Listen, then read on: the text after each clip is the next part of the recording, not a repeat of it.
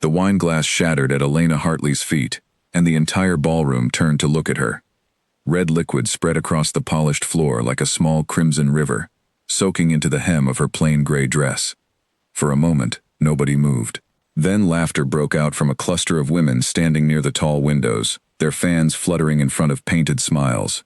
"Oh dear," said Lady Margaret Voss, the woman who had just released the glass from her fingers, as though it were an accident. "How clumsy of me. I do hope the stain will not ruin your gown." She said the last word with a small pause, as if searching for a kinder term, and failing to find one. Elena did not answer right away. She looked down at the wine spreading across the floor, then up at the woman who had thrown it. Her face stayed calm, though her heart pounded hard enough that she could feel it in her throat. She had learned, over many years, that calm was the only weapon available to someone in her position. A governess did not raise her voice at a noblewoman. A governess did not raise her voice at anyone. "It is no matter, my lady," Elena said quietly. "I will see to it." She bent down, gathered the edge of her skirt away from the worst of the stain, and stepped back from the small crowd that had formed around her. Somewhere behind her, she heard someone whisper the word "mouse," followed by a ripple of quiet laughter. She had heard the word before. It followed her through hallways and drawing rooms, like a shadow she could never quite outrun. The quiet governess, the gray mouse, the woman who used to be someone, and now was nobody at all. Elena had not wanted to come to the ball. She had told Lady Winslow, her employer, that she would rather stay home with a book by the fire. But little Charlotte Winslow, only 8 years old and prone to fits of anxiety in crowded rooms, had begged her governess to attend. The girl could not manage such a grand event without a familiar face nearby, and so Elena had put on her one good dress, the same gray one she wore to church, and had come. She had known, of course, what would happen. She always knew. The court of Duke Julian Ashford was filled with people who had spent their entire lives learning how to notice weakness in others, the way a hawk learns to notice movement in tall grass. And Elena, in her plain dress among the silk and diamonds, was the easiest kind of weakness to spot. She did not belong. Everyone could see it. Everyone, it seemed, except herself. She retreated to the edge of the room, near a tall marble column, where she could watch over Charlotte without being seen too clearly by the crowd. The girl was dancing with a boy her own age, laughing in the careless way that children laugh when they do not yet understand how cruel the world can be. Elena allowed herself a small, real smile at the sight. Whatever else happened tonight, at least Charlotte was happy. A servant passed by with a cloth and quietly wiped the wine from the floor, careful not to look at Elena directly, as though her humiliation might be contagious. Elena thanked him softly, and he nodded without meeting her eyes before hurrying away. She had not always lived like this. There had been a time, many years ago, when Elena Hartley had worn silk of her own, when her father, Baron Edmund Hartley, had been a respected man with land and title and a name that opened doors instead of closing them. She still remembered the sound of her mother's laughter in their old house, the smell of fresh bread from the kitchen, the way her father used to lift her onto his shoulders in the garden so she could reach the highest apples on the tree. That life had ended when Elena was 16.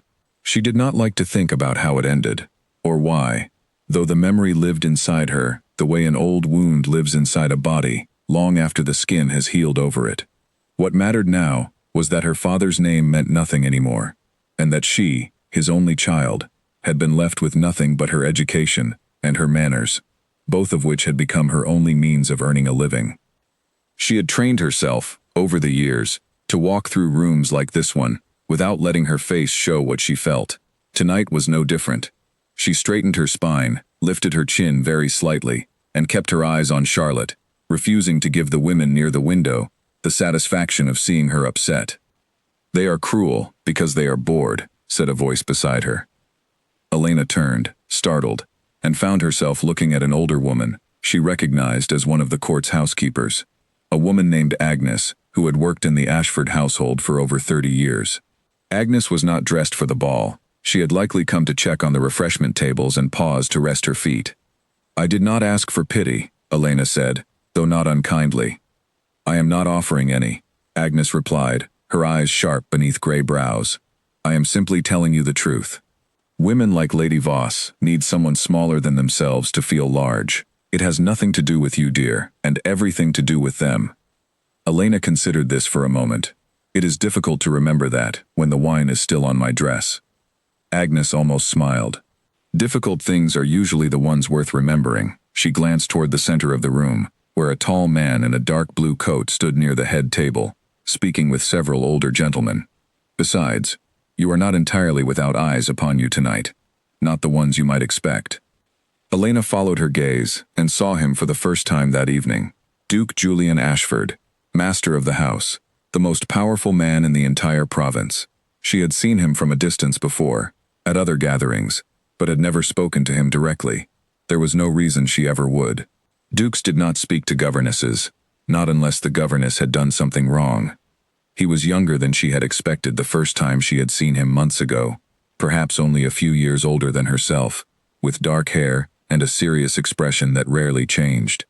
People said he had grown cold since the death of his father, that he trusted almost no one at court, and that he attended these balls only out of duty, never out of pleasure. Watching him now, standing apart from the crowd even while surrounded by it, Elena believed every word of it. She did not think he had noticed the wine glass, or the laughter, or her. Why would he? She was one face among 200, and not even a particularly memorable one, if the whispers around court were to be believed. She was wrong. Duke Julian Ashford had, in fact, seen everything. He had watched Lady Voss release the glass with the same casual cruelty she used on every servant and every guest of low standing who crossed her path. He had watched the quiet governess bend down without complaint, gather her stained skirt, and retreat without a single word of protest. And he had noticed something else, something that made him pause his conversation and lose track of what the gentleman beside him was saying. She had not cried. She had not argued. She had simply absorbed the cruelty and continued standing, her back straight, her eyes clear, as though she had decided long ago that no one in this room deserved to see her break. He had seen many people break in rooms like this one. He had, in a much quieter way, nearly broken in rooms like this one himself, in the months after his father's death, when every conversation felt like a performance, and every smile felt like a mask he had forgotten how to remove. He recognized something in the woman by the column, something he could not yet name, and he found himself wanting to know more. "Your Grace," said the gentleman beside him, drawing his attention back, "you were saying, about the trade agreement." "Forgive me," Julian said. "Continue. I am listening." He was not entirely listening. Part of his attention remained on the far side of the ballroom, where a woman in a plain gray dress stood near a marble column, watching a small girl dance, her expression calm and unreadable to everyone in the room, except, perhaps, to him. Across the floor, Elena remained unaware of the attention she had drawn. She watched Charlotte finish her dance and hurry toward the refreshment table, cheeks flushed with laughter, and Elena felt a small measure of peace settle over her despite everything. The stain on her dress would dry. The whispers would fade, as they always did, by morning. She had survived worse evenings than this one.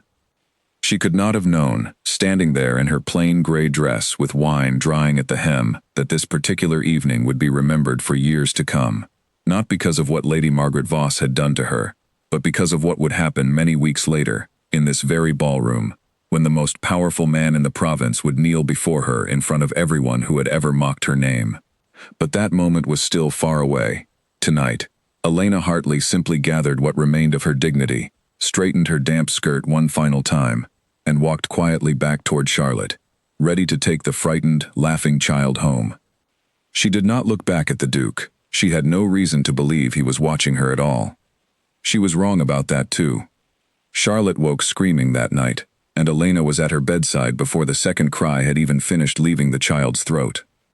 "It was the dark room again," Charlotte whispered, her small fingers gripping the front of Elena's nightgown. "The one with no windows. I could not find the door."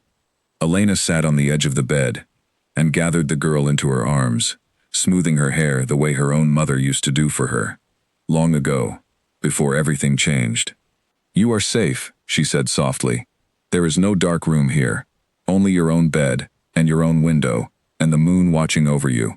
Charlotte's breathing slowed by degrees, her small body relaxing against Elena's shoulder. Outside, an owl called somewhere in the garden, and the wind moved gently through the trees that lined the Winslow estate. Elena held the girl until her breathing settled into the even rhythm of sleep, then laid her back against the pillows and pulled the blanket to her chin. She did not leave immediately. She sat by the bed a while longer, watching the girl sleep, thinking about how strange it was that comforting a frightened child came so easily to her, when comforting herself had never come easily at all. She had spent years learning to soothe other people's fears while carrying her own in silence, folded away somewhere deep inside her chest where no one could see them. She had been 16 when her own world had gone dark, in a way that had nothing to do with dreams. Her father, Baron Edmund Hartley, had been a man of quiet honor, the kind of man who kept his word even when keeping it cost him something. He had managed the family estate with fairness, paid his workers well, and treated his tenants with a respect that was rare among men of his station. Elena remembered him best in his study, bent over letters and account books by candlelight, always willing to set his pen down when his daughter appeared in the doorway. It was Lord Percival Grant who had ended all of it. Grant had been a business partner of her father's, a man with ambitions far larger than his fortune could support. When one of their shared ventures, an investment in shipping routes to the southern colonies, began to fail, Grant had needed someone to bear the blame, and someone whose ruin would not touch his own reputation. He had forged documents, Elena believed, though she had never been able to prove it. Documents that made it appear her father had stolen funds meant for investors, funds that had, in truth, disappeared into Grant's own accounts. The scandal broke within weeks. Her father lost his title, his lands, and, not long after, his health. He died 2 winters later, his heart finally giving out under the weight of a shame that was never truly his to carry. Her mother had followed him within the year, worn thin by grief and the sudden poverty that had swallowed everything they once had. Elena, only 18 by then, had been left utterly alone, with nothing but her education, her manners, and a name that opened no doors at all anymore, only closed them. She rose from Charlotte's bedside and walked to the window, looking out over the dark garden below. Somewhere out there, beyond the hedges and the gate, Lord Percival Grant still lived his comfortable life, still attended balls not unlike the one she had left hours earlier, still wore his stolen wealth as easily as a well-tailored coat. She had seen him once, years ago, across a crowded room, and had felt something cold move through her chest, something she refused to name as hatred, because hatred required energy she could not spare. A soft knock sounded at the door. Elena turned to find Lady Winslow standing in the hallway, still dressed in her evening gown, her expression concerned. "I heard her cry out," Lady Winslow said quietly, glancing toward the sleeping child. "Is she well?" "Only a dream, my lady." "She is settled now." Lady Winslow stepped into the room and looked at Elena for a long moment, the way an employer sometimes looks at someone they have come to trust more than they originally intended to. "I heard about the incident with Lady Voss," she said. "I am sorry. It was unkind of her, and unnecessary." Elena offered a small, practiced smile. "It is nothing I have not endured before, my lady." "That is precisely what troubles me," Lady Winslow said, her voice gentle but firm. "You should not have to endure it at all." She paused, glancing toward the window, then back at Elena. "You carry yourself like someone who was raised for a very different life, Elena. I have wondered about it since the day you came to us." Elena's hands tightened slightly at her sides, though her expression did not change. "My life is here now, my lady, with Charlotte. That is enough for me." Lady Winslow did not push further, though something in her eyes suggested she did not entirely believe the answer. "Get some rest," she said instead. "Tomorrow will be a quieter day, I hope." Tomorrow, however, would not be quiet at all, though neither woman could have known it yet. Duke Julian Ashford could not sleep. He sat in his study long after the last carriage had rolled away from his estate, a glass of untouched brandy resting on the desk beside a stack of unread letters. His mind kept returning, against his own will, to the ballroom, to the woman in the gray dress who had stood so still while wine soaked into the hem of her skirt. He had asked one of his stewards, quietly, who she was. The answer had come back simple enough.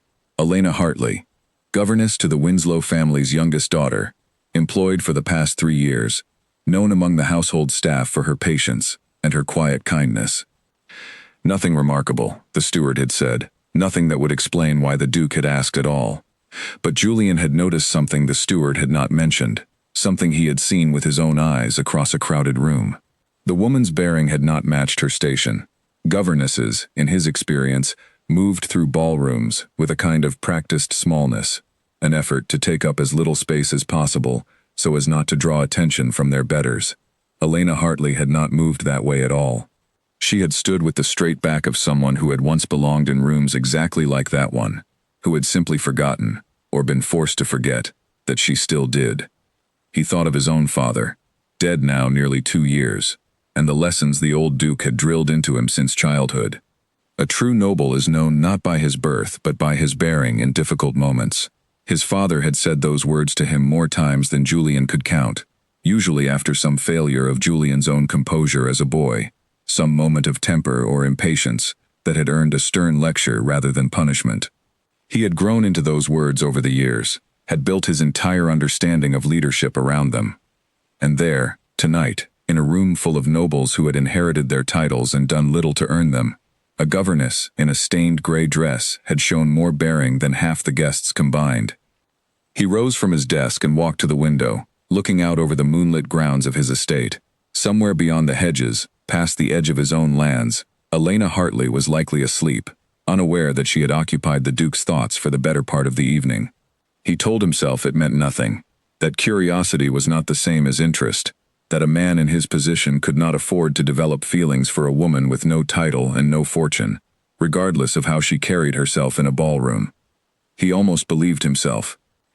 The next morning, Elena walked with Charlotte through the village market, a weekly errand the two of them had come to enjoy together. Charlotte loved the colors of the fruit stalls, the smell of fresh bread from the baker's cart, and the small kindnesses shown to her by shopkeepers who had watched her grow from an infant into a curious young girl. It was there, among the crowded stalls, that Elena first encountered real trouble, the kind that had nothing to do with wine glasses or whispered insults. A young boy, no older than 10, was being dragged by the collar of his shirt by a red-faced merchant, accused loudly of stealing a loaf of bread. The boy's thin frame shook with fear, his eyes wide, his hands empty, though the merchant continued shouting that he had seen the theft with his own eyes. "I did not take anything," the boy protested, his voice cracking.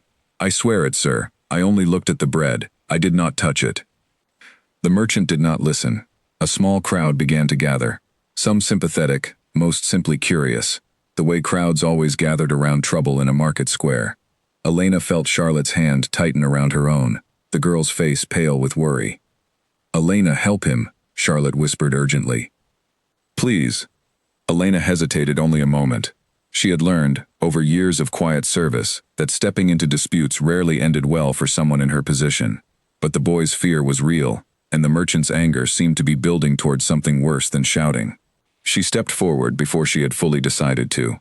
"Sir," she said, her voice calm, but carrying clearly across the small crowd. "Forgive my interruption, but I watched this boy from the moment he approached your stall. He did not take the bread. He asked its price, found he did not have enough coin, and stepped away. I saw it plainly, and I would swear to it before anyone who asks." The merchant turned his glare on her, taking in her plain dress, clearly deciding she was of no particular importance and could be dismissed. "And who might you be, to interrupt honest business?" "I am nobody of consequence," Elena said evenly. "Only a witness who does not wish to see an innocent child punished for a crime he did not commit." Her calm, steady voice seemed to shift something in the crowd. A few onlookers murmured agreement, one older woman stepping forward to say she too had seen the boy simply looking, nothing more. The merchant's grip on the boy's collar loosened, his certainty wavering under the weight of witnesses he had not expected. "Fine," the merchant muttered at last, releasing the boy entirely. "Get on then, before I change my mind." The boy did not need to be told twice. He turned and vanished into the crowd, casting one grateful glance back at Elena before disappearing entirely. Charlotte let out a breath she had apparently been holding, squeezing Elena's hand tightly. "You saved him," Charlotte said, awe in her voice. "I only told the truth," Elena replied, though her heart was still beating quickly from the confrontation. That is all anyone needs to do, when they see something wrong. What neither Elena nor Charlotte noticed, in the bustle of the market square, was the man standing near the edge of the crowd, dressed in a plain traveling coat that concealed his usual finery, his hood drawn up against the morning chill. Duke Julian Ashford had come to the village on estate business, a matter of little importance that could easily have waited. and had found himself instead witnessing the second remarkable thing Elena Hartley had done in less than a day. She had not known he was watching. She had not performed her kindness for an audience, had not glanced around to see who might notice her courage. She had simply acted, the way a person acts when their character leaves them no other choice. Julian remained still for a long moment after the crowd dispersed, watching Elena lead the small girl away toward the next stall, already speaking gently to calm whatever lingering worry remained in the child's face. He found himself, for the second time in less than a day, unable to look away from a woman who seemed entirely unaware of her own quiet power. He did not approach her, not yet, but as he turned and walked back toward his waiting carriage, he found himself already thinking of ways he might arrange to see her again, without drawing the kind of attention that would put her in danger from a court that had already shown its teeth to her once. He did not yet know how close that danger truly was. Lord Percival Grant arrived at Ashford Hall 3 days later, and Elena felt the floor tilt beneath her the moment she heard his name announced in the entrance hall. She had come with Charlotte to deliver a set of books the Winslow family had borrowed from the Duke's private library, a simple errand that should have taken no more than a few minutes. She had not expected to encounter anyone of importance, let alone the one man whose presence could undo the fragile peace she had built for herself over the past several years. Lord Percival Grant, the footman announced, his voice echoing through the grand hall, to see His Grace regarding matters of trade. Elena froze near the base of the staircase, one hand resting on Charlotte's shoulder, the books she carried suddenly feeling far heavier than they had a moment before. She had not seen Grant in person since she was a girl of 16, standing in a courtroom gallery watching her father's name dragged through accusations that were never truly his to bear. He had aged since then, his hair now streaked with gray, his frame slightly heavier, but she recognized him instantly, the way one recognizes the shape of an old wound, even after the scar has faded. He did not notice her at first. He swept past the staircase in his fine traveling coat, speaking loudly to the footman about the state of the roads and the inconvenience of the journey, his voice carrying the same easy arrogance she remembered from her childhood, the arrogance of a man who had never once been made to answer for what he had taken from others. Elena guided Charlotte quickly toward a side hallway, her heart pounding, her mind racing through possibilities. He might not remember her. She had been a child the last time their paths had truly crossed, and she had changed a great deal since then, her fine dresses long since replaced by the plain gray fabric of a working woman.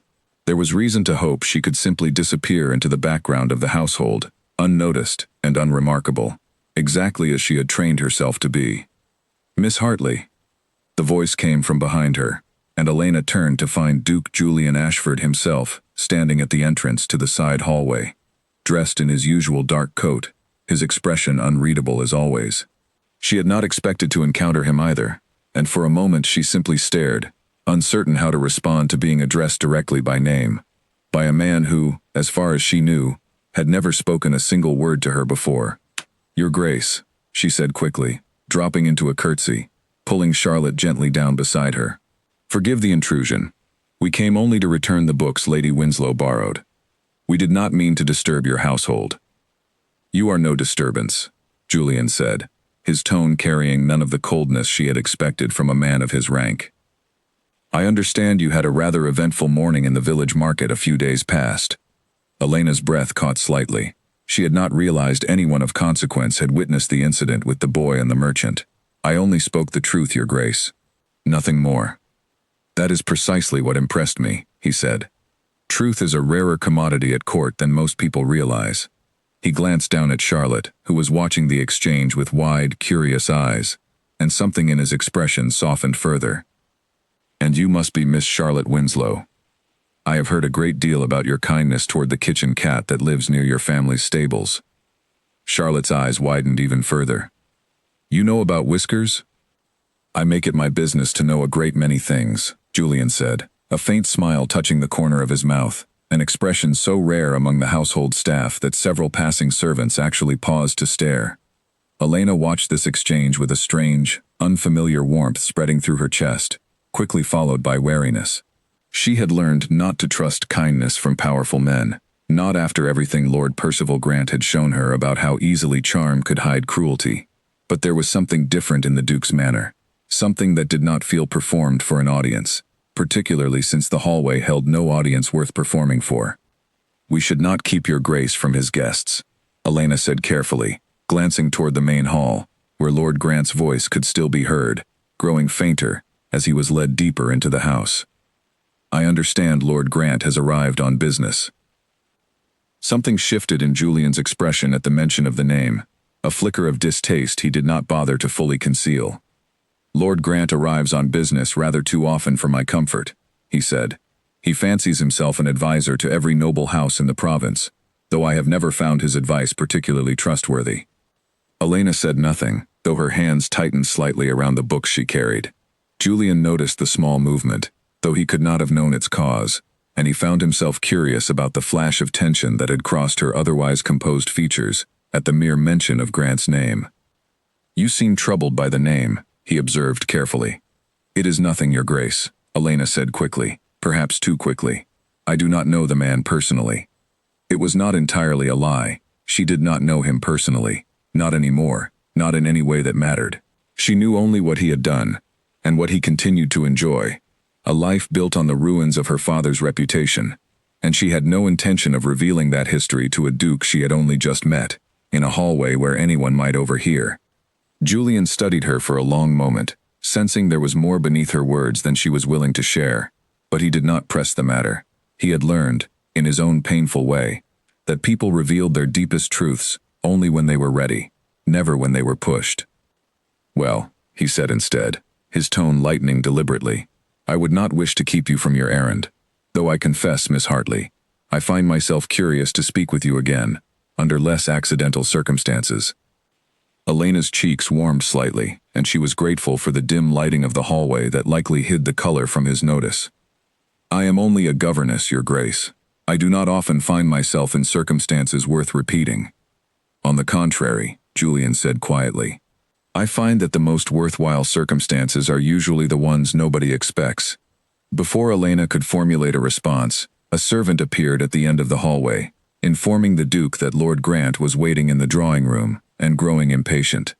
Julian's expression shifted back into the careful neutrality he wore in public, though his eyes lingered on Elena a moment longer than strict propriety required. "Miss Hartley, Miss Winslow," he said, offering a small bow that seemed almost too formal for a duke addressing a governess and a child, yet felt entirely sincere. "I hope our paths cross again soon." He turned and walked toward the drawing room, leaving Elena standing in the hallway, with Charlotte's small hand still tucked into her own, her mind spinning with questions she did not know how to answer. Why had a duke bothered to learn her name? Why had he noticed a market square confrontation involving nothing more than a governess and a hungry child? And why, despite every instinct honed by years of careful self-protection, did some small, foolish part of her feel a flicker of hope at the warmth in his voice? She pushed the feeling away, as firmly as she could manage. Hope was a dangerous thing for a woman in her position. Hope had a way of making the eventual disappointment sharper, crueler, harder to survive. She had learned that lesson well enough from watching her parents' hopes crumble beneath Lord Grant's schemes, and she had no intention of repeating their mistake. "Elena," Charlotte said softly, tugging at her hand as they walked toward the entrance hall. "The Duke seems very nice." "He is a busy man, with important matters to attend to," Elena said carefully. "We should not read too much into a moment of politeness." But even as she said the words, she could not quite make herself believe them. Inside the drawing room, Julian found Lord Percival Grant standing near the fireplace, examining a painting on the wall, with the casual arrogance of a man who believed every room he entered existed to impress him. "Your Grace," Grant said, turning with a broad smile that did not reach his eyes. "Always a pleasure. Your household grows more impressive with each visit." "Lord Grant," Julian replied, his tone carefully neutral. "You mentioned a matter of trade requiring my attention." Indeed. Grant settled into a chair without waiting to be invited, a habit Julian found particularly irritating, though he said nothing of it. "There is an opportunity in the southern shipping routes, one I believe could prove quite profitable for both our houses, should you choose to invest alongside me." Julian listened with only half his attention, his mind still lingering on the hallway conversation, on the flash of tension that had crossed Elena Hartley's face at the mention of this very man's name. He studied Grant more carefully now, noting the fine cut of his coat, the confident sprawl of his posture, the easy way he spoke of profit and opportunity, as though the world existed solely to reward his ambitions. Southern shipping routes, Julian repeated slowly. I recall my father once mentioned a venture of similar nature, some years ago. A partnership that ended rather badly for one of the investors involved, if memory serves. Something flickered across Grant's face, gone almost as quickly as it appeared, but Julian had spent years learning to read the smallest changes in expression among the nobles who visited his household, and he did not miss it. A regrettable business, Grant said smoothly, recovering his composure with practiced ease. The other investor made poor decisions with the funds. Nothing to do with the venture itself, I assure you. I see, Julian said, his voice giving away nothing of the suspicion beginning to form in his mind. And what became of this other investor? Ruined, I believe, Grant said with a careless shrug, as though discussing the weather rather than a man's entire life. These things happen, unfortunately, in matters of business. Not everyone possesses the temperament for risk. Julian said nothing more on the subject, though he filed the exchange away carefully in his memory, alongside the tension he had witnessed in Elena Hartley's face only minutes earlier. He did not yet have enough information to draw any firm conclusions, but something about the conversation left a cold, uneasy feeling settling in his chest, a sense that the careless cruelty of Lord Percival Grant's business dealings and the careful sorrow hidden behind Elena Hartley's composed expression were somehow connected. He would need to learn more, quietly, carefully, without drawing attention to his interest, in a court where every piece of information eventually found its way into the wrong hands if one was not exceedingly careful.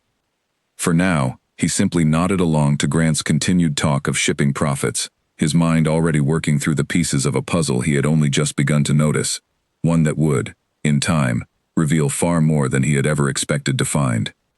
The invitation arrived a week later, sealed with the Ashford crest, requesting the presence of the Winslow family and their household at a garden reception to celebrate the coming spring season. Elena read the letter twice before setting it down, a strange mixture of anticipation and dread settling in her stomach. We simply must attend, Lady Winslow declared, clapping her hands together with delight. It has been far too long since the Duke hosted anything so grand. Elena, you will come as well, of course, to look after Charlotte. Elena wanted to refuse.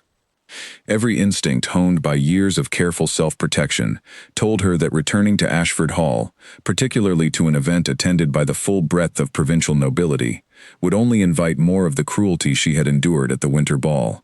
But Charlotte's small hand found hers before she could voice any objection, the girl's eyes bright with excitement at the thought of an outdoor party, and Elena found she could not bring herself to disappoint her. Of course, my lady, Elena said, I will attend. She did not know, as she spoke those words, that Lady Margaret Voss had spent the intervening week nursing a grudge far more dangerous than simple boredom. Lady Voss had noticed, at the winter ball, the brief moment when the Duke's attention had drifted toward the quiet governess by the marble column, and though she had dismissed it at the time as nothing more than idle curiosity, whispers had since reached her ears suggesting the Duke had spoken directly to Elena Hartley during a private visit to his household. Such whispers, however small, represented a threat Lady Voss had no intention of tolerating. Margaret Voss had spent 3 seasons carefully positioning herself as the most likely candidate for the Duke's eventual affections, and she had no intention of allowing a penniless governess to disrupt years of careful strategy. She began making inquiries of her own, quiet conversations with servants and minor nobles who owed her favors, searching for any information about Elena Hartley's past that might prove useful. It did not take long to find Lord Percival Grant, and it took even less time for Grant, upon hearing the surname Hartley mentioned in connection with a governess in the Winslow household, to feel a cold, calculating interest awaken in his chest.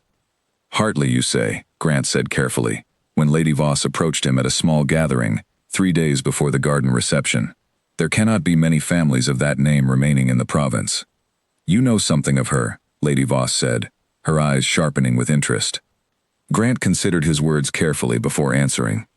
He had spent years building a reputation as a respectable, trustworthy man of business, and the last thing he needed was for old scandals to resurface, particularly scandals in which his own conduct had not been entirely honorable.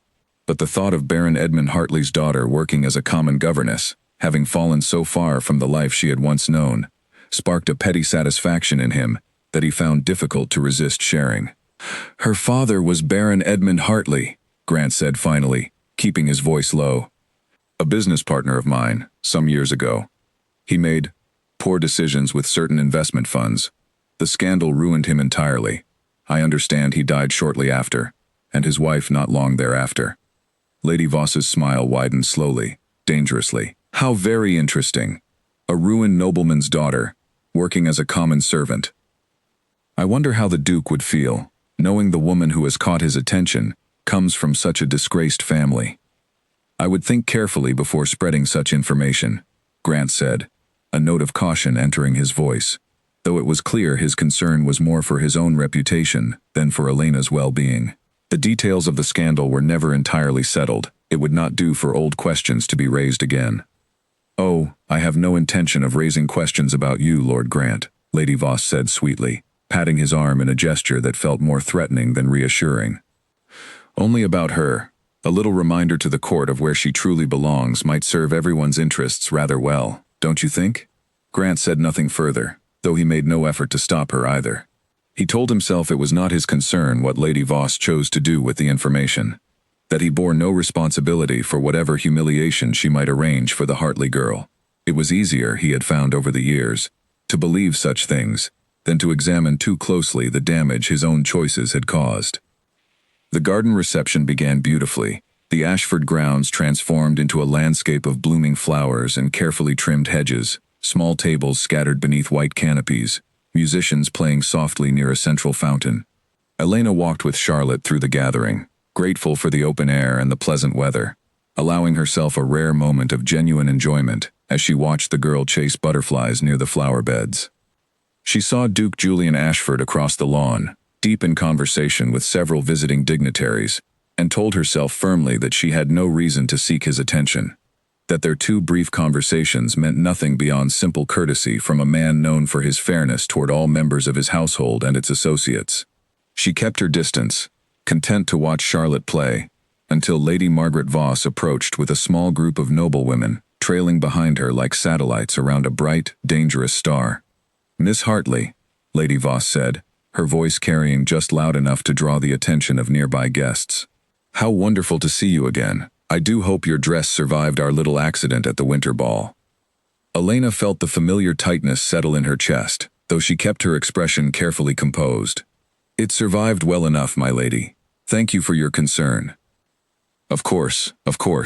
Lady Voss's smile sharpened at the edges. "Though I confess, I have been curious about you since that evening. There is something rather refined in your bearing. For a governess, one might almost mistake you for a woman of genuine breeding." The words hung in the air, deliberately chosen, and Elena felt her stomach drop as she recognized the direction the conversation was about to take. She glanced quickly toward Charlotte, relieved to see the girl still occupied with the butterflies, out of earshot for the moment. "I was raised to have good manners, my lady. Nothing more," Elena said carefully. "Were you?" Lady Voss tilted her head, her eyes glittering with cruel amusement. "Because I have heard the most fascinating story recently. About a Baron Edmund Hartley, ruined some years ago, in a rather dreadful financial scandal. I understand he had a daughter, about your age, who vanished from society entirely after his disgrace. Such a coincidence of names, don't you think?" A hush began to fall over the small crowd that had gathered around them, guests turning to listen, sensing the particular thrill of public humiliation about to unfold. Elena felt her face grow pale, her carefully maintained composure cracking for the first time in years, not because the accusation was false, but because it was entirely true, spoken aloud in a garden full of nobles who had never once wondered why a woman with such refined bearing worked as a common governess. "I do not know what you mean, my lady," Elena said, though her voice wavered slightly, betraying her. "Oh, I think you know precisely what I mean," Lady Voss said, her voice rising now, ensuring every nearby guest could hear clearly. "Tell me, Miss Hartley, or should I say, Miss Hartley of the disgraced Baron's household, does the Duke know the truth about the company he has been keeping? Does he know he has been showing kindness to the daughter of a common thief?" "My father was not a thief," Elena said, her voice sharper now, years of careful restraint finally cracking under the weight of an accusation she had carried silently for far too long. "He was innocent, and the man who ruined him has never once answered for his crimes." The words fell into a suddenly silent garden, and Elena realized, with a horrible sinking feeling, that she had just confirmed everything Lady Voss had implied. Whispers rippled through the crowd immediately, guests turning to one another, some with genuine curiosity, others with the particular delight people take in witnessing another's downfall. "How very dramatic," Lady Voss said, though her satisfaction was plain on her face. "I suppose we should all be grateful the Duke's household maintains such careful standards for its guests." Elena stood frozen in the center of the garden, surrounded by whispers and stares, Charlotte's small hand suddenly finding hers again, the girl having abandoned her butterflies at the sound of raised voices. Elena looked down at the frightened child and felt something inside her steady, if only slightly. Whatever happened next, whatever humiliation Lady Voss intended to complete, she would not let Charlotte see her break entirely. It was at that precise moment that a voice cut through the murmuring crowd, calm but carrying unmistakable authority, silencing every whisper within earshot instantly. "That is quite enough, Lady Voss." Duke Julian Ashford stood at the edge of the gathered crowd, having crossed the garden the moment he heard the raised voices, his expression colder than Elena had ever seen it. Every guest in the garden turned to look at him, the sudden tension in his posture unmistakable, even to those standing furthest away. "Your Grace," Lady Voss began, her composure faltering for the first time. I heard precisely what you were doing," Julian said, his voice quiet, but carrying an edge that silenced her immediately. "You were attempting to humiliate a guest of my household, in my own garden, in front of company I had invited to celebrate the arrival of spring, not to witness cruelty dressed up as gossip." The crowd remained utterly silent, watching the exchange with a mixture of fascination and unease. Elena stood frozen, uncertain whether the Duke's intervention would improve her situation or simply deepen the scandal already unfolding around her. "I meant no offense to your household, Your Grace," Lady Voss said quickly, her earlier confidence entirely gone. "Only to clarify the truth of Miss Hartley's origins, for the sake of propriety." "The truth of Miss Hartley's origins," Julian said slowly, "is that her father was a man of considerable honor, and that the scandal which destroyed him has never been properly investigated. Perhaps, Lady Voss, before you concern yourself with propriety, you might concern yourself with facts." Elena stared at him, stunned, uncertain how he could possibly know anything about her father's honor, when she had never once confirmed the truth of her past to him, or to anyone else at court. Julian did not look at her directly, though she sensed, somehow, that his next words were meant as much for her as for the crowd surrounding them. "This gathering was meant to celebrate spring," Julian continued, his voice carrying across the silent garden, "not to serve as a stage for cruelty. I would ask that any guest who cannot manage courtesy toward the members of my household consider themselves uninvited from future gatherings." He turned then, finally, and met Elena's eyes directly, his expression softening only slightly, though enough that she felt it like warmth after a long, cold winter. "Miss Hartley, Miss Winslow, please, enjoy the remainder of the afternoon. I apologize for the unpleasantness." He walked away without waiting for a response, leaving the garden buzzing with quiet, urgent whispers, an entirely different sort of gossip, now taking root among the assembled nobles. Elena remained standing where she was, Charlotte's hand still tightly clasped in her own, her heart pounding with a confusion of emotions she did not yet have names for. She did not know how the Duke had learned about her father's honor, or why he had chosen to defend her so publicly, at obvious cost to his own standing among the court's more influential families. She knew only that something had shifted in the garden that afternoon, something far larger than a single moment of public humiliation, and that Lady Margaret Voss, watching the Duke's retreating figure with an expression of pure, undisguised fury, had just become an enemy far more dangerous than she had ever been before. Elena found Julian in the rose garden an hour after the confrontation, though she had not gone looking for him deliberately. She had simply needed air, a quiet corner away from the lingering stares of the reception guests, and Charlotte had been claimed by Lady Winslow for a promised visit to the estate's small menagerie of peacocks, leaving Elena briefly, blessedly alone. He stood near a stone bench, half hidden behind a trellis of climbing roses, his coat discarded over the bench's arm, his posture less rigid than she had ever seen it in public. He looked up as she approached, and for a moment neither of them spoke, the silence stretching between them, heavy with everything neither quite knew how to say. "I did not mean to intrude, Your Grace," Elena said finally, beginning to retreat. "I only sought a quiet place to collect myself." "Please," Julian said, gesturing toward the bench. "Stay. I find I owe you an explanation, and this seems as private a place as any to offer it." Elena hesitated, every careful instinct urging caution, but something in his voice, tired and sincere, in a way she had not heard from him before, convinced her to remain. She sat at the far end of the stone bench, keeping a respectful distance, though she noticed he did not seem to expect otherwise. "How did you know?" she asked quietly. "About my father.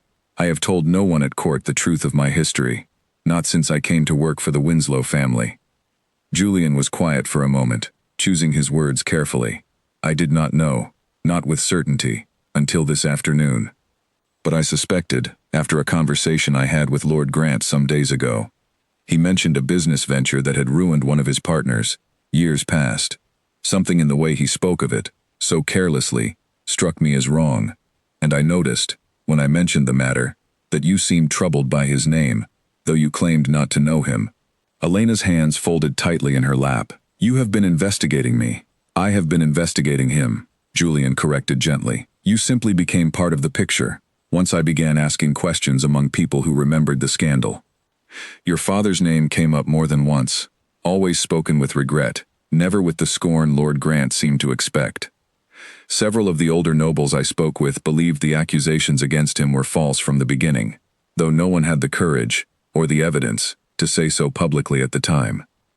Elena felt something crack open inside her chest, an old, familiar grief mixed with something entirely new, a fragile, dangerous hope that perhaps her father's name might not be lost to shame forever.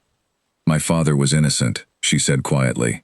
"I have known it since the day the accusations were made, though I could never prove it. Lord Grant needed someone to bear the blame for funds that vanished from their shared venture. My father's honor made him an easy target. He would never have defended himself with lies, even to save his own reputation." "Tell me," Julian said gently. "All of it, if you are willing. I find I want to understand, not out of idle curiosity, but because I believe your father deserves to have his story told by someone who actually cares about the truth." And so, for the first time in nearly 6 years, Elena told the whole story. She spoke of her father's honest management of the estate, his fairness toward tenants and workers, the shipping venture he had entered with Lord Percival Grant in hopes of securing a better future for his family.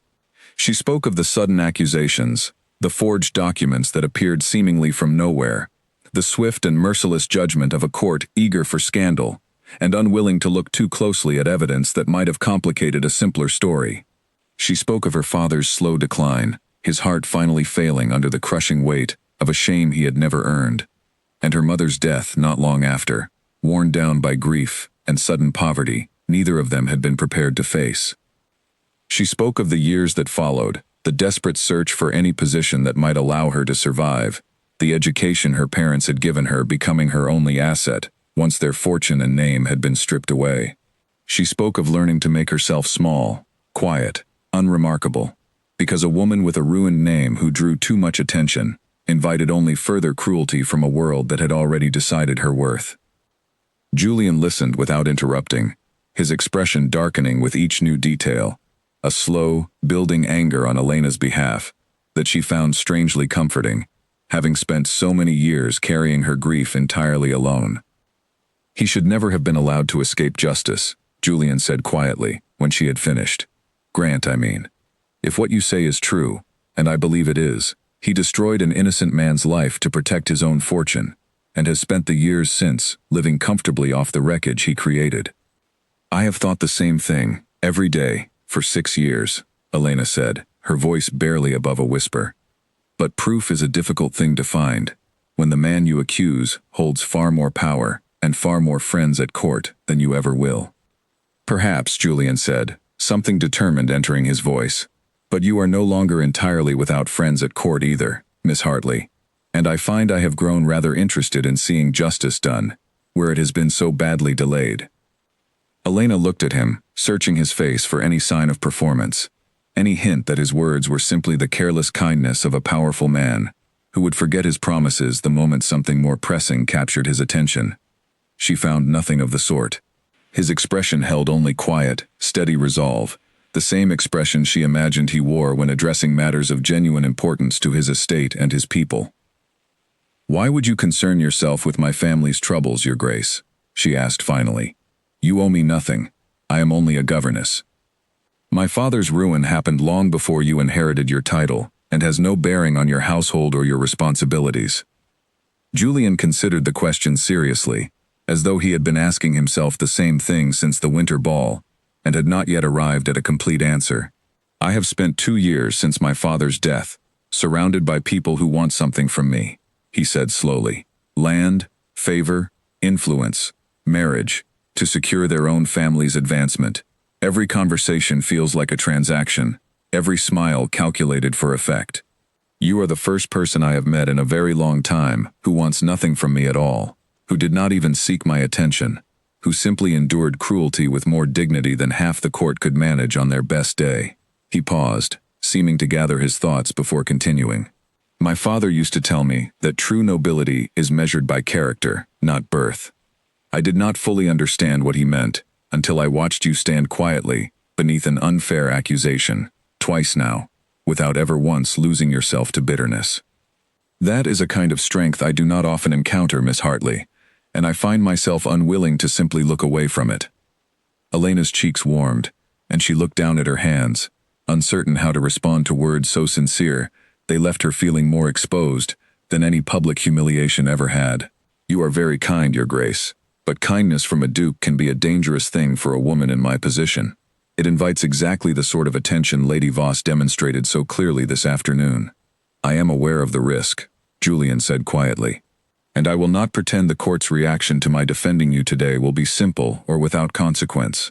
Lady Voss will not forgive the humiliation easily, and she has allies among the older families who value tradition and bloodline above almost everything else. But I find, increasingly, that I care less about their opinions than I once believed I did." They sat in silence for a while after that, the afternoon sun filtering gently through the rose trellis, the distant sound of the reception's music drifting across the garden. Elena felt something unfamiliar settling over her, a fragile warmth she had not allowed herself to feel in years, mixed with a wariness that refused to fully release its grip on her heart.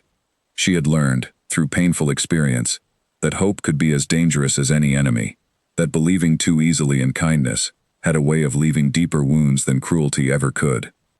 "I should return to Charlotte," she said finally, rising from the bench. "She will wonder where I have gone."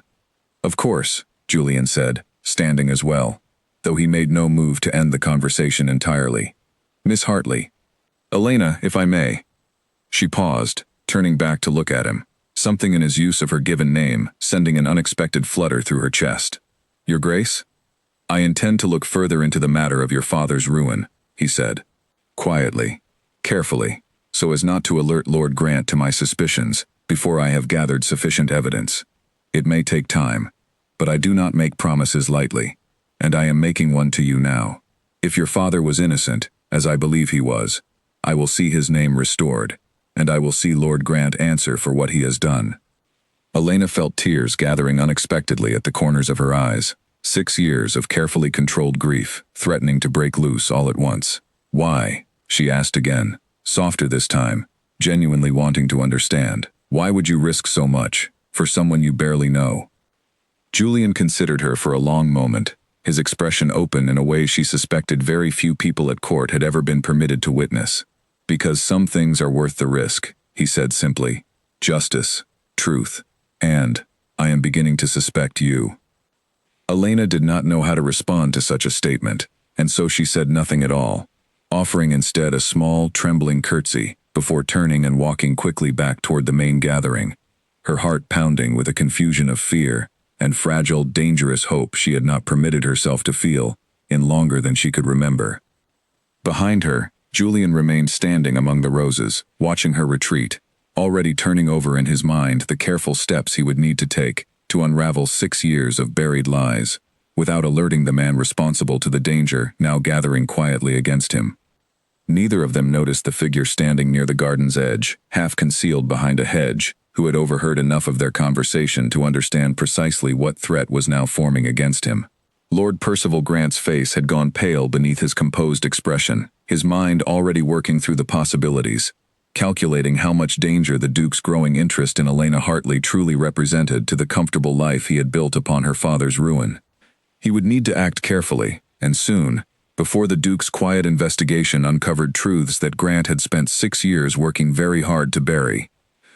Elena woke to the sound of breaking glass, and knew, before she had even opened her eyes, that something was terribly wrong.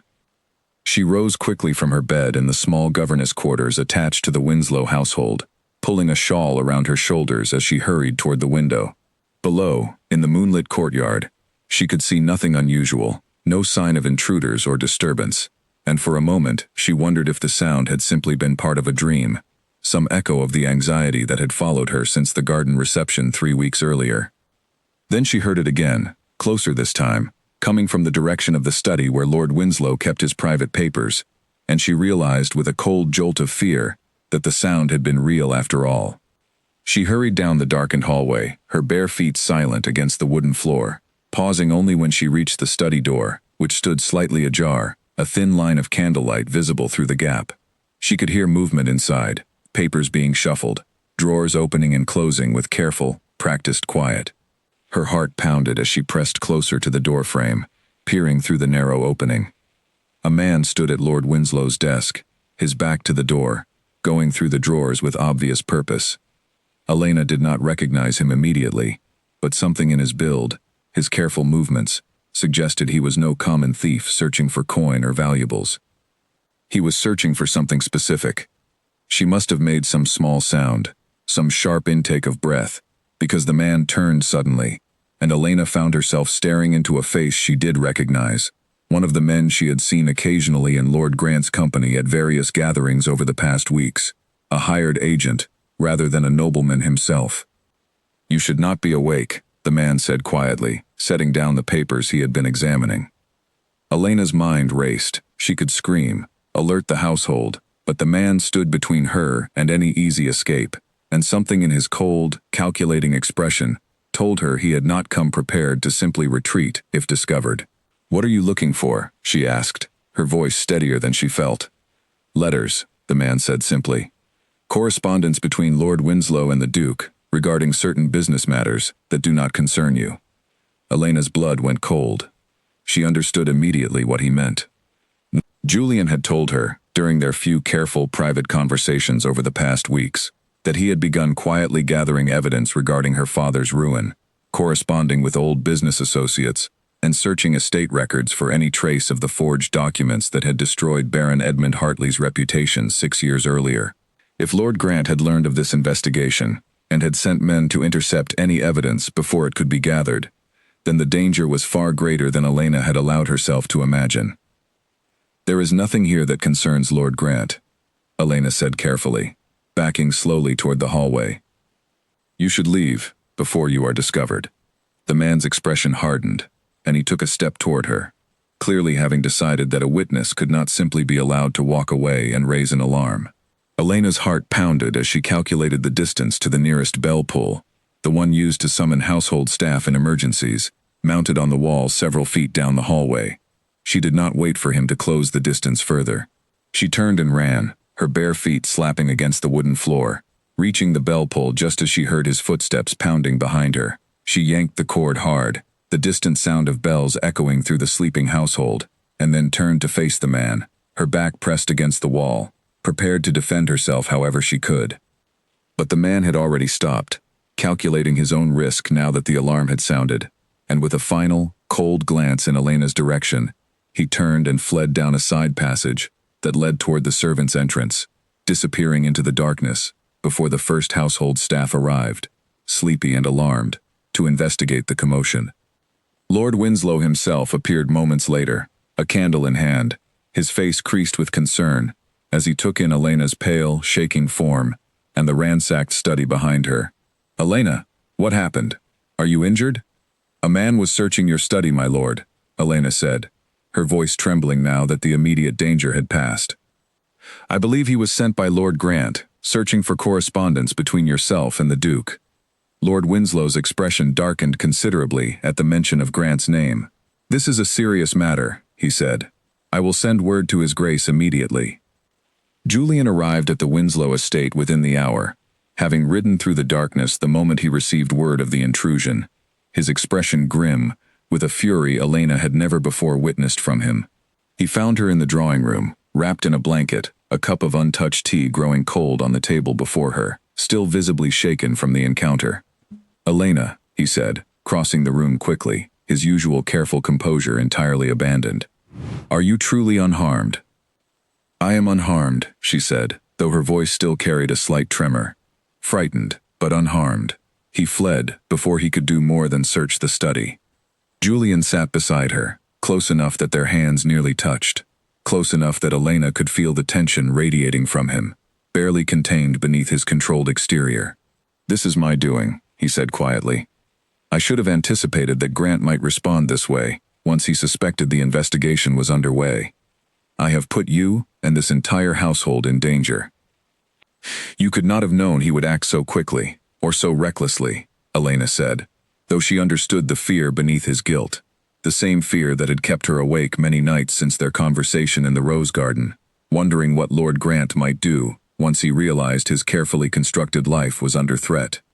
"I have received word this evening, before the alarm reached me," Julian said, his voice low and urgent. "One of the old shipping clerks who worked alongside your father and Lord Grant has come forward. He kept private records of his own, years ago, records that were never part of the official investigation, because no one thought to ask for them at the time. He claims to have proof that the documents used to accuse your father were altered after the fact, and that the missing funds were transferred into an account belonging to Lord Grant himself, shortly before the scandal broke." Elena's breath caught in her throat. "You have found proof? Real proof?" "I have found a witness willing to testify, and records that support his claims," Julian said. "It is not yet complete, not yet sufficient to bring formal charges before the provincial court, but it is far more than anyone has managed to uncover in 6 years. And it explains, I believe, why Grant acted so recklessly tonight. He must have learned that the clerk had come forward, and panicked, hoping to destroy any correspondence between myself and Lord Winslow before it could be used against him." Elena sat very still, processing the enormity of what Julian was telling her. 6 years of grief, of carefully buried anger, of watching her father's name whispered with shame in every room she entered, and now, finally, the possibility of truth breaking through the darkness that had swallowed her family's reputation.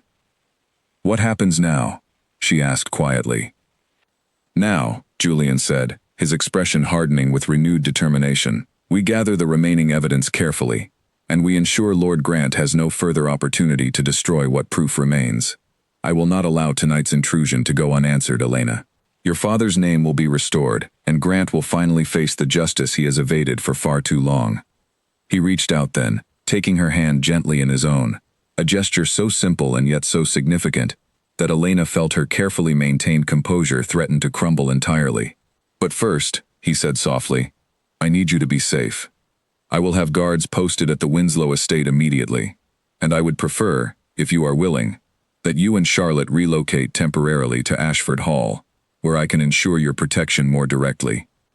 Elena looked at him, at the genuine concern etched across his features, and felt something shift permanently within her. The last fragile walls of careful self-protection beginning, finally, to crack open. "I trust you, Your Grace," she said quietly, "with my safety, and with the truth of my father's name." "Julian," he said softly, "please, after tonight, I think we have moved well beyond formal titles between us." "Julian," Elena repeated, testing the name on her tongue, finding it fit more naturally than she had expected.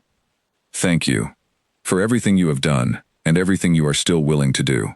He held her hand a moment longer, the weight of unspoken feeling passing silently between them, before rising to arrange the necessary preparations for her and Charlotte's safety.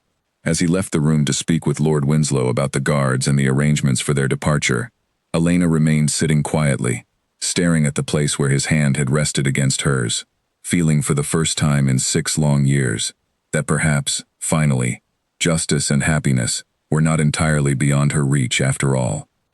Outside, in the darkness beyond the estate's walls, Lord Percival Grant paced the length of his own study, his composure entirely abandoned, his mind racing through increasingly desperate possibilities. The clerk's testimony, if it reached the provincial court intact, would destroy everything he had built over the past 6 years. His fortune, his reputation, his standing among the nobility, all of it rested upon a foundation of lies that was rapidly beginning to crumble beneath him. He would need a far bolder plan than a simple, failed break-in if he hoped to survive what was coming. And as he paced, his mind turning over increasingly dangerous possibilities, he began to understand that he would need to strike directly, and soon, at the one person whose testimony could destroy him entirely, before the Duke's investigation could reach its inevitable, ruinous conclusion. A carriage waited outside the Ashford Hall gates 3 days later, its curtains drawn, its driver a stranger to the household staff, who had been told only that he carried an urgent message from Lord Winslow, requesting Elena's presence at the estate to collect some of Charlotte's belongings. Elena should have questioned the arrangement more carefully.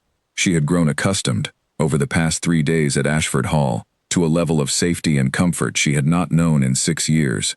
Guards posted at every entrance, Julian himself checking on her welfare each morning, before attending to the business of his estate. The message, delivered by a servant she did not recognize, claiming urgency on Lady Winslow's behalf, should have raised more suspicion than it did. But Charlotte had been asking for her favorite doll, left behind in the hasty departure from the Winslow estate, and Elena, wanting to ease the girl's distress, had agreed to the errand without pausing to question it thoroughly. She realized her mistake the moment the carriage door closed behind her and the vehicle lurched into motion far too quickly for a simple journey to the neighboring estate. "This is not the road to the Winslow household," Elena said sharply, reaching for the door handle, only to find it had been secured from the outside. A curtain across from her shifted, and Elena's blood ran cold as Lord Percival Grant himself emerged from the shadowed corner of the carriage, his expression carrying none of the practiced charm she remembered from years past, replaced instead by something far colder and more desperate. "Miss Hartley," he said, his voice tight with barely controlled tension. "Forgive the deception, but I find myself in need of a private conversation, and I suspected you would not agree to one willingly." "What do you want from me?" Elena demanded, her heart pounding, though she forced herself to keep her voice steady, refusing to let him see the full extent of her fear. "I want this entire matter to disappear," Grant said, his composure fraying visibly at the edges. "The Duke's investigation, the clerk's testimony, all of it. I have spent 6 years building a respectable life, Miss Hartley, and I will not allow ancient history to destroy everything I have worked for." "Ancient history," Elena repeated, anger cutting through her fear. "You mean my father's ruin, his death, my mother's death. You call the destruction of my entire family ancient history?" Grant's jaw tightened. "Your father made poor investments. I cannot be held responsible for decisions he made with his own funds." "You forged documents," Elena said, her voice rising despite herself. 6 years of carefully controlled grief finally breaking free in the confined space of the carriage. "You transferred the missing funds into your own accounts, and let my father bear the blame for a crime you committed. I have known the truth since I was 16 years old, and I have carried it in silence because no one would believe a ruined family's word against a respected businessman. But that silence ends now, Lord Grant. The Duke has found proof. Your lies will not survive much longer." Something flickered across Grant's face, a brief, ugly flash of panic quickly suppressed beneath forced composure. "Then perhaps we should discuss what might convince you to reconsider your cooperation with the Duke's investigation," he said, his voice taking on a dangerous, calculating edge. "I am a wealthy man, Miss Hartley. I could arrange for you to live comfortably, far from this province, with a new name, and no further need to work as a common governess. All you would need to do is convince the Duke that his suspicions were mistaken, that the clerk's testimony was simply the ramblings of a bitter old man seeking attention." "You want me to lie," Elena said flatly, "to help you escape justice for what you did to my family." "I want you to be practical," Grant said sharply. "You cannot possibly believe the Duke's interest in you will last, once the novelty fades. Men of his station do not marry governesses, Miss Hartley, regardless of how charming they find them in the moment. You would do well to secure your own future, while you still have something to bargain with." Elena felt fear coiling tighter in her chest, not for herself, but for what Grant's desperation might drive him to do if she refused his offer. The carriage continued moving through the countryside, carrying her further from Ashford Hall with each passing minute, and she understood with growing dread that she needed to find some way to delay him, to buy time, until someone at the estate noticed her absence and began to search. "Where are we going?" she asked, forcing her voice to remain calm. "Somewhere quiet, where we can discuss this matter without interruption," Grant said. "I have no wish to harm you, Miss Hartley. Despite what you must think of me, I simply need your cooperation, one way or another." The threat, unspoken but clear, hung heavy in the confined space between them. Elena pressed herself back against the carriage seat, her mind racing through possibilities, searching for any way to escape or delay long enough for help to arrive, though she had little confidence anyone would even notice her absence before the false urgency of Charlotte's forgotten doll wore thin. She did not yet know that her disappearance had already been noticed, far sooner than Grant had anticipated. Julian had returned to Ashford Hall from a morning meeting with local magistrates to find the household in quiet disarray, a servant reporting nervously that Miss Hartley had departed hours earlier for the Winslow estate and had not yet returned, despite the errand having been expected to take no more than an hour. "Who delivered this message from Lady Winslow?" Julian asked sharply, a cold unease already spreading through his chest. The servant hesitated. "I did not recognize him, Your Grace. I assumed he was newly hired staff from the Winslow household." Julian's blood ran cold. He sent an immediate rider to the Winslow estate, and the response that returned within the hour confirmed his worst fears. Lady Winslow had sent no such message. No servant had been dispatched to summon Elena for any errand whatsoever. "She has been taken," Julian said grimly, already calling for his horse and his most trusted guards. "Search the roads in every direction. I want to know which way that carriage traveled, and I want it found before nightfall." He mounted his horse with a speed that startled even his most experienced riders, his mind racing through every possibility, every enemy who might wish Elena harm.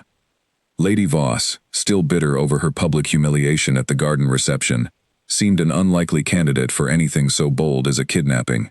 That left only one name that made sense, one man with every reason to silence Elena Hartley before her testimony could destroy the comfortable life he had built upon her father's ruin. "Grant," Julian said aloud, fury and fear warring in his chest as he spurred his horse toward the main road leading away from the estate. "It has to be Grant." He rode hard through the afternoon, his guards spreading out to search every possible route Grant might have taken, questioning travelers and villagers along the way for any sign of a carriage matching the description provided by the household staff. Hours passed with no success, the sun beginning its slow descent toward the horizon, and Julian felt a desperation building in his chest unlike anything he had experienced since his father's death, a fear that he might lose something, someone, before he had even fully understood how deeply he had come to care for her. It was near dusk when one of his guards returned with news, a farmer along the eastern road reporting a carriage matching their description, traveling toward an abandoned hunting lodge that had once belonged to Grant's family, unused for years, but still technically within his ownership. "The old Grant hunting lodge," Julian repeated, a grim, determined resolve settling over him. "How far?" 2 hours' ride, Your Grace. Perhaps less if we push the horses." "Then we push the horses," Julian said, already turning toward the eastern road, his guards falling into formation behind him. "Elena Hartley has waited 6 years for justice. I will not allow her to wait a moment longer than necessary for rescue." As his horse thundered along the darkening road, Julian's mind raced through everything he knew of Grant's desperation, the failed break-in at the Winslow estate, the growing panic that must have driven a respected nobleman to such a reckless, dangerous act as kidnapping. Desperate men, he knew, were the most dangerous kind, capable of choices that calm reflection would never permit. He urged his horse faster, praying he would reach the hunting lodge before Grant's desperation drove him to something far worse than mere persuasion. The hunting lodge stood dark against the deepening twilight, its windows shuttered, its grounds overgrown with years of neglect. Elena had been led inside nearly an hour earlier, forced into a small sitting room where a single candle provided the only light, Grant pacing before her with increasing agitation as the evening wore on. "You must understand my position," Grant said, for perhaps the 5th time, his composure fraying further with each passing minute. I have a family name to protect, business partners who depend on my reputation. I cannot allow ancient accusations to unravel everything I have built. You mean everything you stole, Elena said, refusing to soften her words despite the danger of her situation. She had spent the past hour searching the room for any possible avenue of escape, noting the single door, the shuttered windows, the distance to the nearest village should she somehow manage to flee. None of the possibilities seemed promising, but she refused to let fear silence her entirely, not after 6 years of forced silence had already cost her so much. "Careful, Miss Hartley," Grant said, an edge of genuine threat entering his voice now. "I have been patient with you, but my patience has limits." Before Elena could respond, the sound of horses approaching at speed carried through the shuttered windows, followed quickly by shouting voices, and the unmistakable sound of a household being forcibly entered. Grant's face went pale, his eyes darting toward the door. "No," he muttered. "It is too soon. He could not have found this place so quickly." The door burst open moments later, and Julian stood in the frame, his expression a mixture of fury and desperate relief, as his eyes found Elena, unharmed but clearly shaken, seated near the far wall of the small room. Armed guards flanked him on either side, and Grant, recognizing the futility of resistance, raised his hands slowly, his earlier bravado collapsing entirely under the weight of certain defeat. "Elena," Julian said, crossing the room in 3 quick strides, kneeling briefly before her chair, to check that she was truly unharmed, his hands gentle, despite the fury still evident in his eyes. "Are you injured? Has he harmed you?" "I am unharmed," Elena said, her voice trembling now that the danger had finally passed, relief flooding through her at the sight of him. "He wanted my silence, not my suffering. Though I do not think he expected you to find us so quickly." Julian turned toward Grant, his expression hardening into something cold and unforgiving. "Lord Percival Grant," he said, his voice carrying the full authority of his rank, "you are under arrest for the kidnapping of Miss Elena Hartley, and I have every intention of ensuring the provincial court also hears the full account of your fraud against the late Baron Edmund Hartley, a crime that has gone unanswered for 6 years too long." Grant said nothing, his shoulders slumping in final, complete defeat as the guards moved to restrain him. Whatever desperate hope he had carried into this reckless gambit had finally, entirely collapsed, and he offered no further resistance as he was led from the lodge into the gathering darkness outside. Julian remained kneeling before Elena's chair a moment longer, his hand still resting gently over hers, his eyes searching her face with a tenderness that made her breath catch in her throat. "I was so afraid," he admitted quietly, his usual careful composure entirely abandoned. "I do not think I have ever ridden so hard in my life, praying I would reach you in time." "You did reach me in time," Elena said softly, her own hand turning to grip his more firmly. "You found me, Julian, just as you promised you would help restore my father's name. I should have trusted that promise more fully." "You had every reason for caution," Julian said. "The world has given you little enough reason to trust easily. I only hope that in time, I might earn that trust more completely." He helped her rise from the chair, and together, they walked from the abandoned lodge into the cool evening air, Julian's arm supporting her steady as her legs, still weak from the fear and tension of the day's events, threatened to give way beneath her. The guards had already secured Grant for transport back to Ashford Hall, where he would await formal charges before the provincial magistrates, his 6 years of careful deception finally, completely unraveled. The trial that followed occupied the province's attention for the better part of a month, the clerk's testimony, and carefully gathered financial records, painting a damning picture of Lord Percival Grant's systematic fraud against his former business partner. The forged documents were examined by independent scholars and found to be exactly what Elena had always known them to be: deliberate fabrications designed to shift blame away from the true culprit. Grant's own household records, seized as part of the investigation, revealed the transferred funds precisely as the old clerk had described, a paper trail of guilt that 6 years of careful concealment had never quite managed to erase entirely. Baron Edmund Hartley's name was formally cleared before the full provincial court, the magistrates issuing a public statement acknowledging the grave injustice done to his family and restoring, posthumously, the honor that had been so unjustly stripped from him. Elena stood in the courtroom gallery on the day the verdict was announced, tears streaming freely down her face for the first time in 6 long years. Not tears of grief, but of a relief so profound she could hardly comprehend its full weight. Lord Grant was stripped of his title and his remaining fortune, much of which was ordered returned to Elena as the rightful heir to what her father had lost, and sentenced to a lengthy term of imprisonment for his crimes. The court that had once mocked Elena as a penniless governess with no name worth remembering, now spoke of her, when they spoke of her at all, with a very different tone entirely, one of respect, even admiration, for the quiet dignity she had maintained throughout 6 years of undeserved hardship. Lady Margaret Voss, watching the proceedings from the same gallery where she had once orchestrated Elena's public humiliation, found herself facing a very different sort of reckoning among her own social circle. Whispers now followed her through every gathering, quiet judgments about her cruelty toward a woman who had, it turned out, deserved every ounce of the respect she had once been so publicly denied. She would spend many seasons afterward attempting to rebuild a reputation that had crumbled almost as thoroughly as Grant's own, though never quite so completely, and never with quite the same sympathy from those around her. 3 months after the trial's conclusion, Ashford Hall prepared for the grandest ball the province had seen in years, an event Julian had insisted upon planning with particular care, refusing to explain his exact intentions to anyone beyond his most trusted household staff. Elena arrived that evening not in the plain gray dress that had marked her for years as an object of quiet mockery, but in a gown of deep blue silk, a gift from Julian that she had initially resisted accepting before finally relenting under his gentle, persistent insistence. Her hair had been carefully arranged by Charlotte herself, who had begged for the privilege and had proven, to everyone's surprise, remarkably skilled at the task. She stood at the entrance to the grand ballroom, her heart pounding with a nervousness entirely different from the fear that had once accompanied her attendance at such gatherings.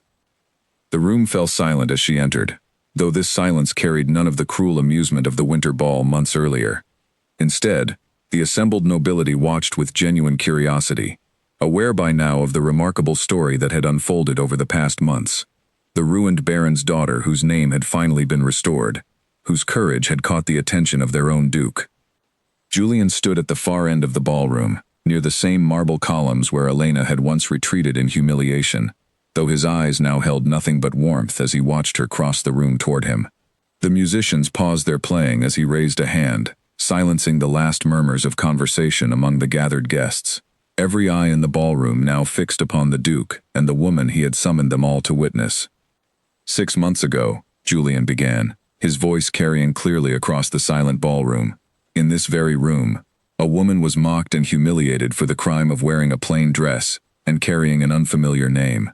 I confess, to my own shame, that I said nothing in her defense that night, though I noticed, even then, a strength and dignity I had rarely encountered among the nobility gathered in this room. Elena felt her breath catch, uncertain where his words were leading, though every eye in the room had turned to follow his gaze toward her.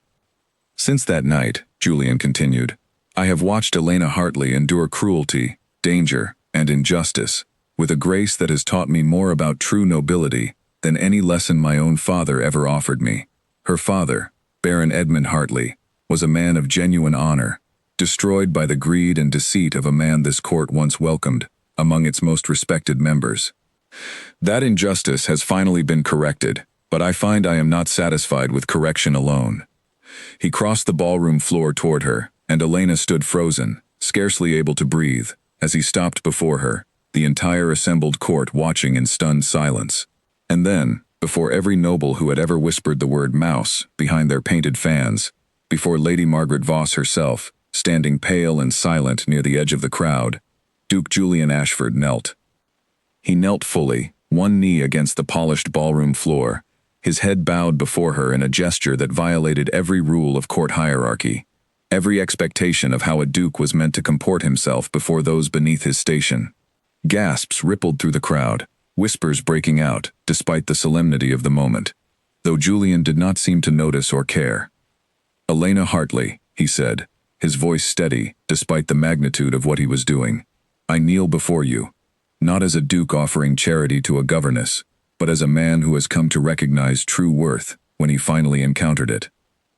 You have taught me that honor is not inherited through blood or title, but earned through character, through grace under cruelty. through quiet strength that never once wavered even when the entire world seemed determined to break it.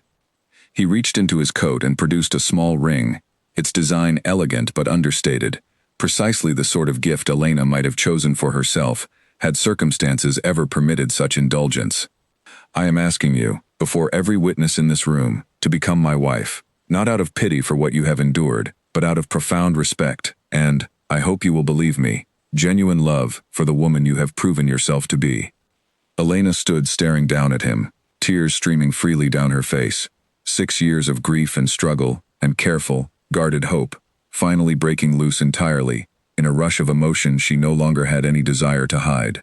Around them, the assembled nobility remained utterly silent, watching a moment that would be spoken of at every gathering across the province for years to come. The night their duke knelt before a governess and declared, without hesitation or shame, that her worth exceeded every title or fortune the room contained.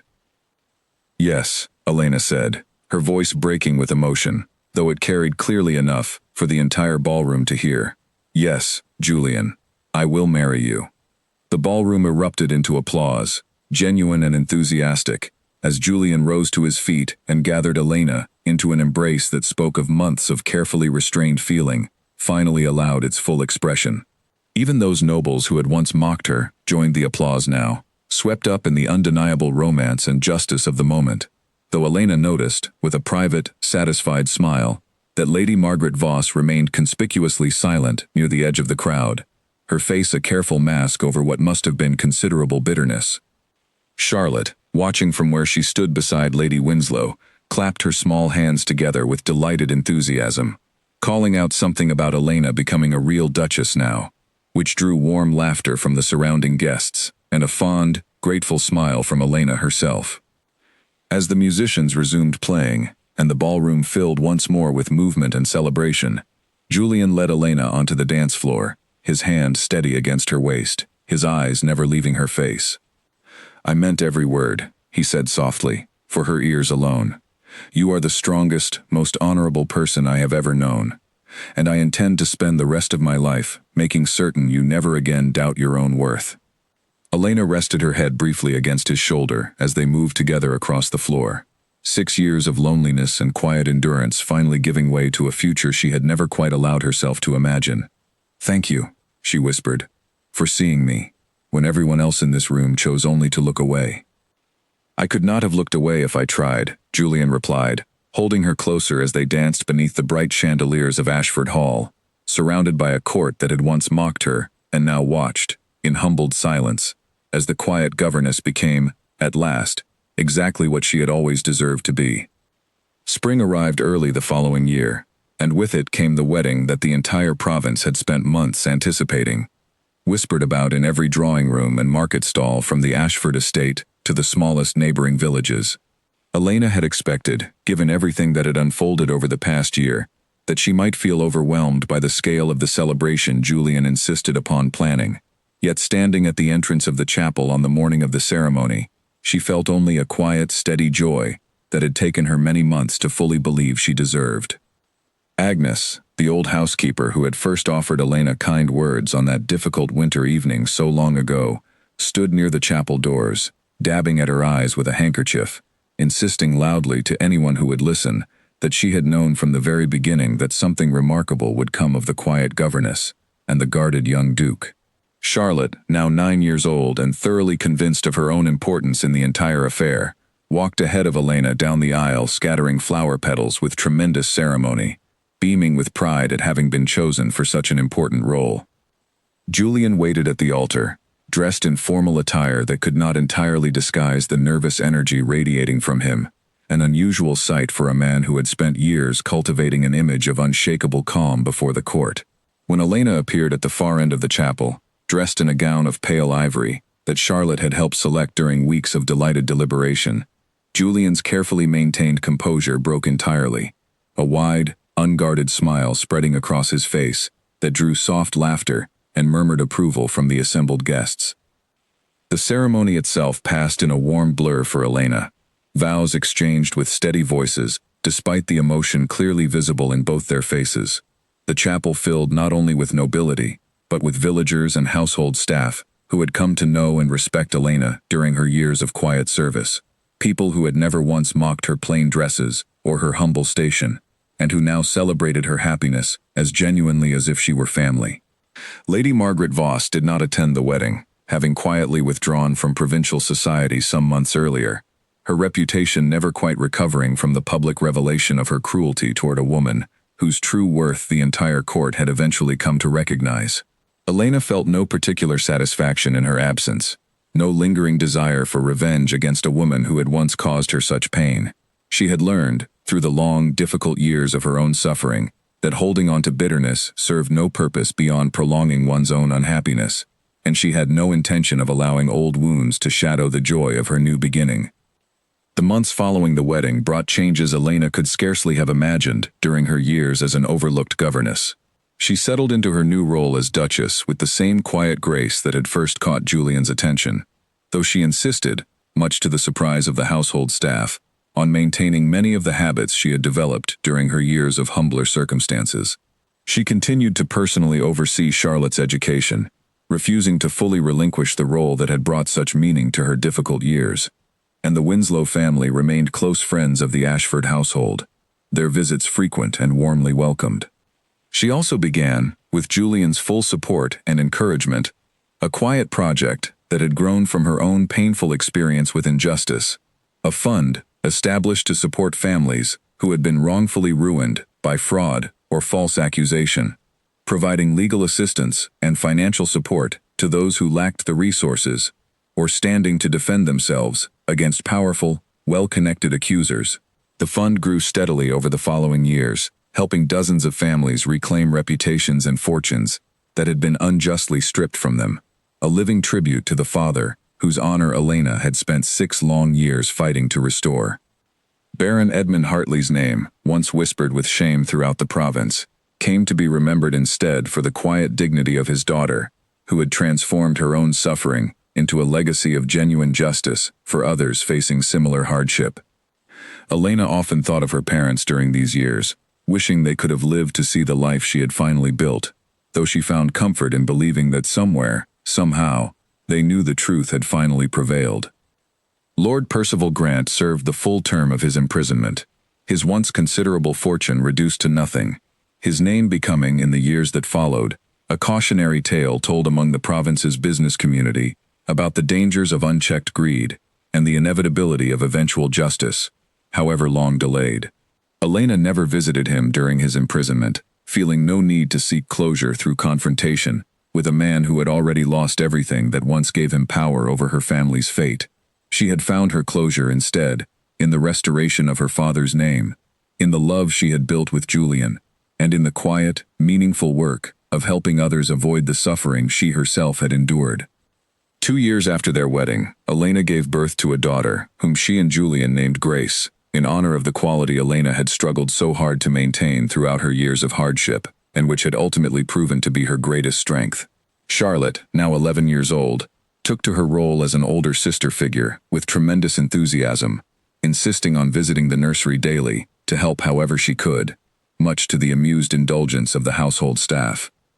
The province that had once mocked Elena as an insignificant governess now spoke of the Duchess of Ashford with genuine respect and admiration, her story told and retold at gatherings across the region as an example of how true character eventually finds its proper recognition, regardless of how long injustice might delay that reckoning. Young women in similarly difficult circumstances, governesses and companions, and others living quietly on the margins of noble households, found in Elena's story a source of genuine hope, a reminder that dignity, maintained through hardship, was never truly wasted, even when its reward remained invisible for years at a time. Julian, for his part, never tired of telling their story to anyone who would listen, particularly to Grace as she grew older, describing with obvious pride the quiet courage her mother had shown long before he had ever worked up the nerve to approach her directly. He often said, during these retellings, that his father's old lesson about true nobility, being measured by character rather than birth, had never felt more accurate than on the day he watched Elena Hartley endure public humiliation with more grace than the entire assembled court could manage. And he considered himself endlessly fortunate that fate had placed him in that ballroom to witness it. On quiet evenings, long after the excitement of their courtship and the drama of Grant's downfall had settled into the comfortable rhythm of married life, Elena and Julian would sometimes walk together through the same rose garden where he had first promised to fight for her father's honor, reflecting on how far they had come from that difficult winter evening, when a broken wine glass had first drawn his attention across a crowded ballroom. "Do you ever regret it?" Julian asked her once, during one such evening walk, the setting sun casting warm golden light across the garden's blooming flowers. The years of hardship, before everything changed? Elena considered the question seriously, as she considered most things, before answering. "I do not think I would wish those years upon anyone," she said finally. "The grief, the loneliness, the constant fear of never being enough. But I have come to believe that those years also taught me things I could not have learned any other way. Patience, quiet strength, the value of dignity, even when no one seems to be watching. I would not have become the woman you knelt before that night, without first surviving everything that came before it." Julian took her hand gently in his own, the same gesture he had offered her in the hunting lodge on the night of her rescue. A gesture that had come to represent, for both of them, a quiet promise of protection and partnership that neither ever took for granted. "Then perhaps," he said softly, "we should be grateful for the journey, difficult as it was, that brought us both to this garden, on this particular evening, together." Elena smiled, leaning into his shoulder as they continued their walk beneath the darkening sky. The quiet governess who had once been mocked by an entire court, now walking freely, joyfully, as the Duchess of Ashford, her father's honor restored, her own worth finally recognized by the very people who had once dismissed her as beneath their notice. The story of the quiet governess and the Duke who knelt before her would be told for generations throughout the province, a tale of patience rewarded, cruelty answered, and love found in the most unexpected of places, proof that true character, however long obscured by circumstance or injustice, would always, eventually, find its way into the light.